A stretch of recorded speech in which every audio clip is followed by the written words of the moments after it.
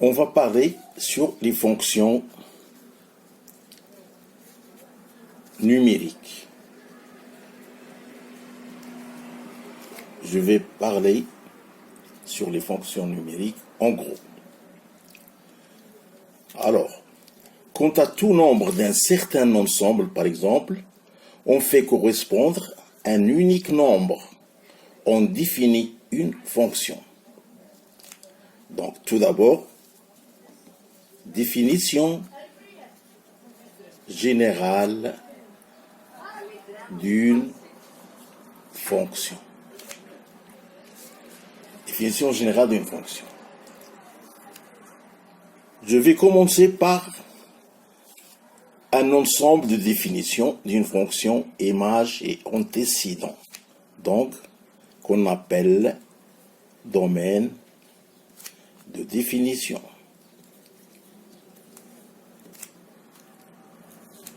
Deuxièmement, fonction continue.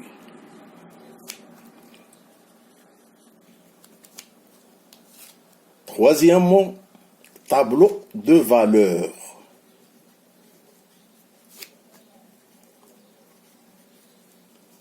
Cela, les étapes pour déterminer une fonction.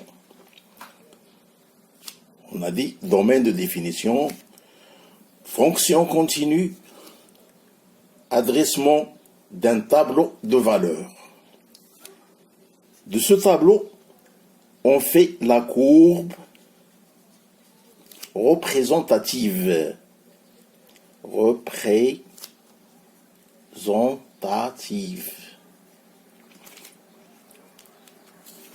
Puis, le sens de variation. Le sens de variation, bien sûr, de la fonction. Puis, tableau de variation de la même fonction. Et de ce tableau, on fait extrêmum,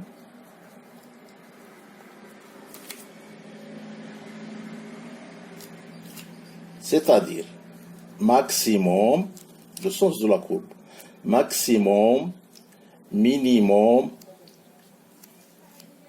de la fonction. OK? Puis, comment dirais-je, problème d'optimisation. Problème d'optimisation. Toujours avec l'utilisation de la même fonction. Puis, coût de production.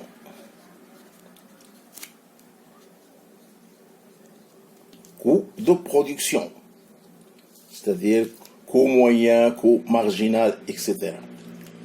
Puis, fonction associée. OK? Encore, opération sur les fonctions. Opération sur les fonctions. C'est-à-dire somme, produit, composé, etc. Puis, fonction paire, impair, si vous voulez, périodique,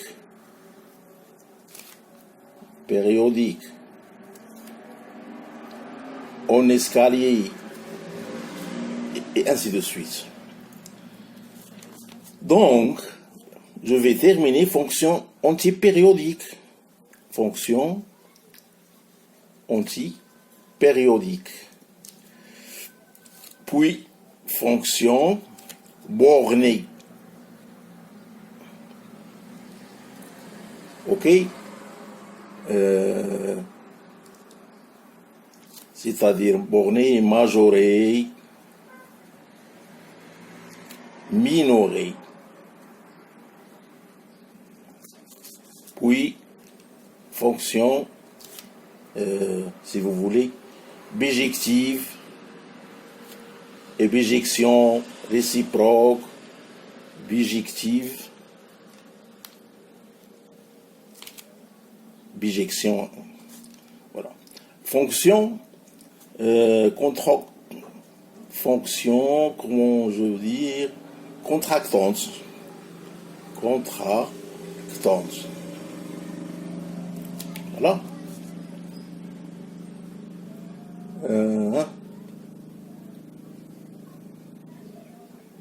Il y a aussi des fonctions usuelles. Ok? Fonctions usuelles. Résolution graphique.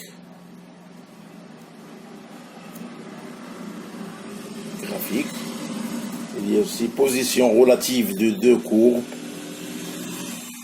Alors, nota bene, je vous informe que tous ces paragraphes s'étudient en bac plus 2. Donc, fonction primitive,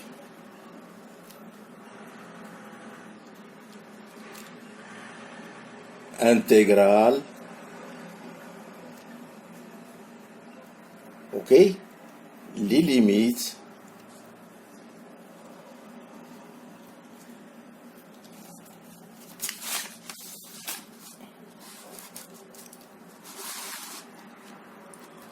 alors les limites,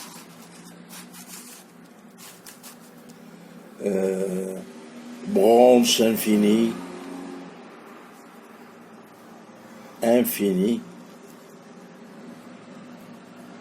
branche infinie, limite nulle, donc en plus l'infini, limite définie en plus l'infini, etc. Les limites plus l'infini en moins l'infini jusqu'à... Je ne peux pas définir tous les... Si vous voulez, je termine.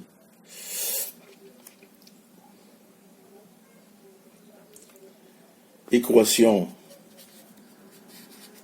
différentielle. Théorème de Rolle. Théorème de Rolle. C'est bac toujours plus 2. Fonction isomorphisme. Fonction isomorphisme. Qu'est-ce qu'il y a aussi? Toujours dans bac plus 2. Transformer de la place. Voilà, transformer de la place. Définition d'une fonction à plusieurs variables. Fonction vectorielle à valeur dans R carré. Il y a aussi table de valeur pour une fonction à 2 variables réelles. Table de valeur pour une fonction à 3 variables. Peinture d'une fonction. Fonction bêta. Dérivée partielle. Gradient laplacien d'un champ scalaire. Qu'est-ce qu'il y a aussi? Il y a dérivée partielle, gradient laplacienne d'un champ scalaire. Et après, il y a la courbe polaire. Vous voyez combien de... Voilà. Les différentes fonctions en général.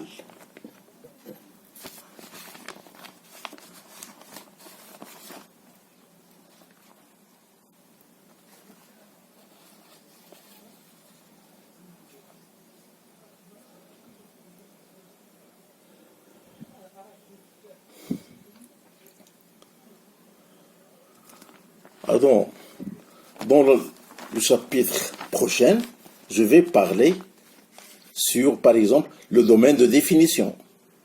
Je vais commencer par le domaine des définitions. Alors, comme je vous ai dit, on va parler sur l'ensemble de définitions. Ensemble de définitions, ou bien domaine de définition d'une fonction. Qu'est-ce que ça veut dire le mot définition d'une fonction? Soit D, un ensemble de nombres réels, nombre réel, ou une partie de R. Lorsqu'à chaque nombre réel X de D, on fait correspondre un nombre réel et un seul. On dit que l'on définit une fonction sur D. On va prendre un exemple. Par exemple, soit la fonction qui a tout réel de l'intervalle moins 1, 1. OK? On fait correspondre son carré augmenté de 1. Alors, on peut résumer cela par f défini sur cet intervalle moins 1, 1 par f de x qui est égal à x carré plus 1. Ou bien f de l'intervalle moins 1 à 1 fait correspondre dans R avec x tend vers x carré plus 1. Donc, l'ensemble D est appelé ensemble de définition de la fonction. L'ensemble de définition de ce cas-là, d'une façon, est donné arbitrairement dans l'énoncé définissant cette fonction. Sinon, elle est à déterminer naturellement. On remarque ici que soit A un nombre réel et D l'ensemble de définition d'une fonction. Si A, par exemple, X appartenant à ce domaine de définition, on dit que F est défini en A. Si A n'appartient pas au domaine de définition, notre fonction n'est pas définie en A. OK? Donc, antécédent et image par une fonction. Lorsqu'une fonction est définie sur un ensemble D pour chaque nombre appartenant à D, le nombre qui lui correspond est appelé son image. Notre exemple, si on reprend la fonction f définie sur moins 1, 1, par exemple, la fonction f de x est égale à x carré plus 1, l'image de 0 est le nombre 1 par la fonction f. L'image de 1 demi est le nombre 1 demi au carré plus 1. OK? Qui est égal, par exemple, à 5 sur 4. C'est ça que je vais vous démontrer sur le domaine de définition.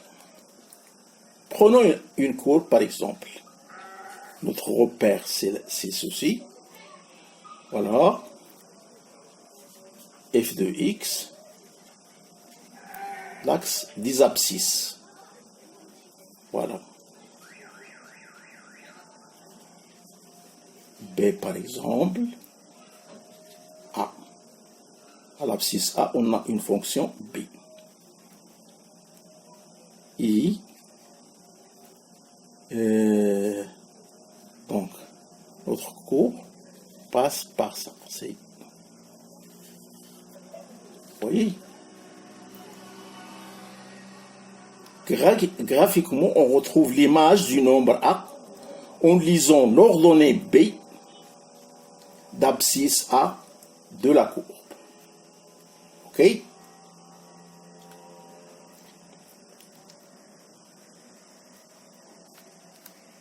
Maintenant, un quotient. Un quotient est défini si son dénominateur est défini et c'est non nul, différent de 0. On ne peut pas diviser par 0. Prenons l'exemple. F de x est égal à 3x moins 1 sur x carré moins 4. Alors, notre domaine de définition, ici, il faut que x carré moins 4 soit différent de 0. OK? Posons, pour chercher les équations, on a x carré moins 4 égale à 0. Implique x moins 2 facteur de x plus 2. OK? Avec x qui est égal à 2 et x égale à moins 2.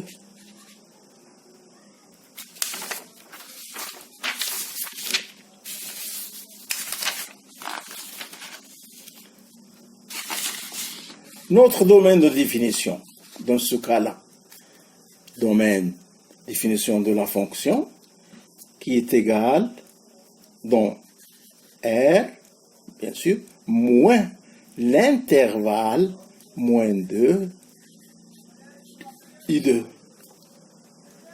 Il ne faut pas que x prenne la valeur moins 2 et 2, sinon la fonction, le dénominateur est nul. Passons. La racine carrée d'une expression est définie si cette expression est définie, bien sûr, est positive. La racine carrée d'un nombre négatif n'existe pas dans R. Prenons un autre exemple. On a pris le dénominateur qui est différent de 0. Maintenant, on va prendre une fonction qui a une racine carrée. 3x moins 1. Il faut que 3x moins 1 soit supérieur ou égal à 0. Alors, comme j'ai dit, il faut que 3x moins 1 soit supérieur ou égal à 0. Cela implique que 3x est supérieur ou égal à 1. OK? Cela implique que x soit supérieur ou égal à 1 tiers. Donc, notre domaine de définition doit être égal à 1 sur 3 jusqu'à plus l'infini. Cela d'une part. D'accord? Passons aux troisième étape. Le logarithme népérien d'une expression est défini si cette expression est définie et strictement positive.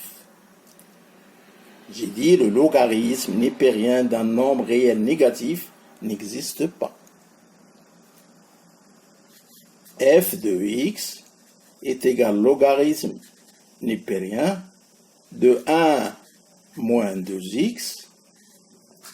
Il faut que 1 moins 2x soit supérieur à 0.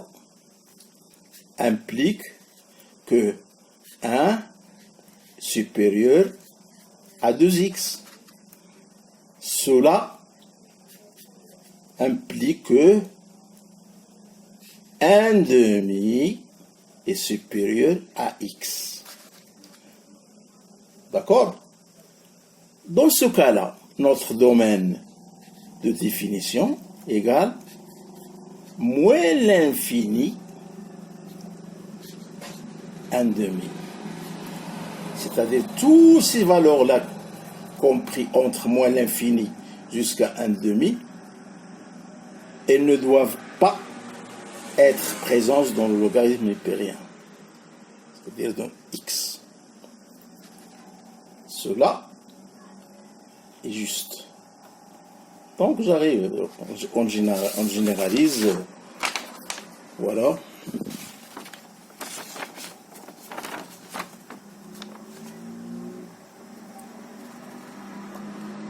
Il faut que le dénominateur d'une fonction, il ne doit pas être nul, ainsi que le racine carrée d'une fonction ne doit pas être négatif, il doit être toujours positif. Et enfin, c'est-à-dire la conclusion, si la fonction du logarithme n'est pas rien, elle ne doit pas être négatif, il doit être toujours positif. Voilà.